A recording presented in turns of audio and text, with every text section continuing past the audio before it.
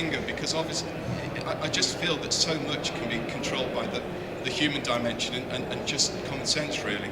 And I'll come on to the finger in a moment. Hyder, as you may know, is a large international engineering design business. We're involved in many of the world's largest projects, and for that reason we embrace technology. Technology is good, but when I was asked to actually consider the advocacy for the human and behavioural side of things, it became sort of quite an interesting exercise, really. And really what I've got is just a few slides with anecdotal evidence of just how important the human and behavioural side of things are. And the first one I thought of was buying a fuel-efficient car. It's a great idea, and there's lots of fantastic fuel-efficient vehicles out there at the moment, and they're packed full of energy-saving devices. They're using wonderful new composite materials to reduce weight. They're aerodynamic. There's regenerative braking. There's high-efficiency diesel injectors. But ultimately, if you drive erratically or don't keep your tyres correctly inflated or don't change gear at the right time, the efficiency of those vehicles due to human behaviour is absolutely no different from standard gas guzzler. And that's probably the first example. It's probably a similar situation with buildings, really. We can design the most efficient buildings and obviously have wonderful building management systems, but the benefits can be so easily lost. And the classic one is having a building management system in place. Someone in part of the office feels a little uncomfortable, and what do? They'll throw the windows open just to get some ventilation in, and that throws all the management system into disarray. So what happens then? There's a bit of draft on them because the window's open, so that they turn up the heating or they turn up the radiators, and that's once again an example of where the behavioural aspects really start to skew the technology dimension. Another one I had to think about is really the code for sustainable homes, because obviously the design codes for homes are becoming more and more demanding, and that's absolutely the right direction to go in.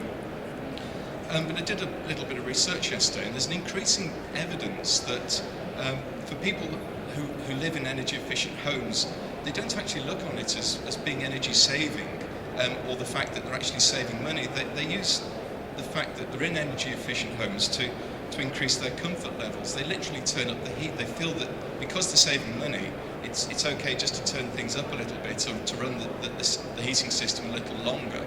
And it's counterintuitive, but it seems to be what's actually happening. So once again, the behavioural aspects are beginning to play. The title of the next slide is not what you've got, but what you do with it. And I had I think about this, and I just felt it's a little.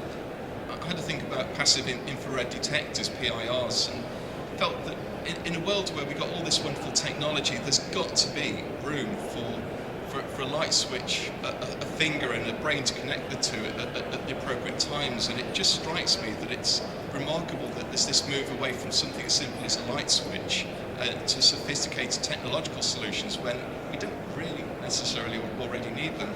And I guess apart from in public spaces, we just alluded to that, I guess in the station example, in public spaces where there's no ownership, is it absolutely necessary to have automatic lighting at all?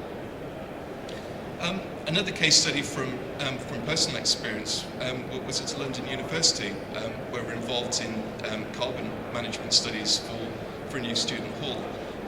The PIR detectors on the stairwells for the hall, which is fine. So whenever the students went up and down the stairs, the lights would switch on. But the stairwell was absolutely flooded in light. It was wonderful glazing facade. The light was streaming in, and you couldn't actually tell whether the lights were on or off because it's so bright with natural daylight. There wasn't a light sensor switch to connect to the PIRs. So the lights were on effectively all the time because it was a heavily trafficked area, and they weren't actually necessary. Daylight was doing more than enough to illuminate the stairwells. The third bullet point there was just once again, it's a bit of an anecdote. Will the last person to leave the building please switch off the lights? As many years ago, I was working, once again, it's a carbon management study at a large confectionery plant. We'd been involved in corporate environmental management and was working with M&E colleagues who were looking at new process technologies. And we had telemetry set up so that we could actually review remotely from the office, and indeed from home if we wanted to, the base and peak energy consumption within the factory, just to see what was actually happening and to review it. And I got a phone call on Christmas Day from a colleague, and he said, "Simon, have you been watching the telemetry for the plant?" And I said, "Well, no, it's Christmas Day. I'm doing other stuff actually." And he said, "It's fascinating. Have a look at it." I said, "Well, no." He said, "No, please have a look at it." And so I switched the computer on at home, had a look at it, and the base load was absolutely phenomenal. And it's the factory. All it had was a security guard there watching the Queen's speech, and the base load was way up there. And we followed it up a few days later with the shift manager, and we'd obviously been introducing all the new technologies and the process efficiencies, but we'd failed to communicate to the shift manager that he needed to switch off the air handling system. So the air handling system had been running at full pelt over the Christmas break, and it was just a communication breakdown. But once again, it's where the behavioural aspects had a bigger impact than the actual technologies that we're trying to introduce. I think really to summarise, it's obviously just a personal perspective, but I feel that the biggest crime of all is really to try and engineer people out of design solutions. And if you do that, I think that technology can become a little unstuck.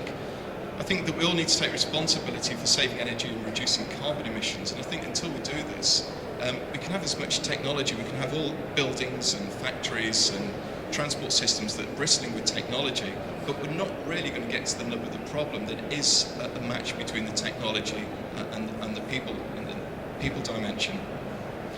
I've spent a lot of time over the years on corporate environmental management work, which is obviously advising business on how to improve their business efficiencies. And time and time again, it's not just the recommendations or the paperwork or an environmental management system document that makes the difference.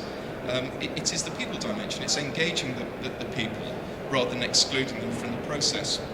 And it's so important because they're the ones who are actually be adopting and implementing the new initiatives. And the initiatives that don't work are the ones where you just embed it within a 200-page environmental management system or environmental management plan.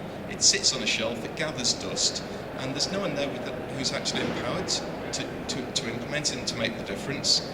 And the analogy I'd like to bring onto this one is the reformed smoker. They're often the ones who will drive fellow smokers to give up, and it's very similar in the energy sector.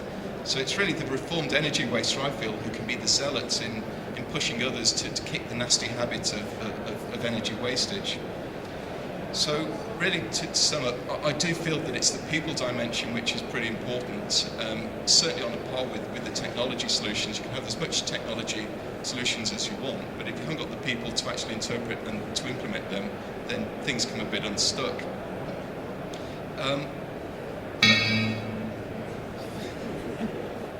Sorry about that. So sorry about that. It's technology trying to object to what I was saying, I think. So really, just to summarise, I think it's really those who really genuinely do care about this are the ones who will go around the workplace, the offices, the factories, and seek and eliminate the energy waste and give errant colleagues a hard time. So that's my personal view of things. So it's really an advocacy for the behavioural aspects of energy efficiency. Thank you very much.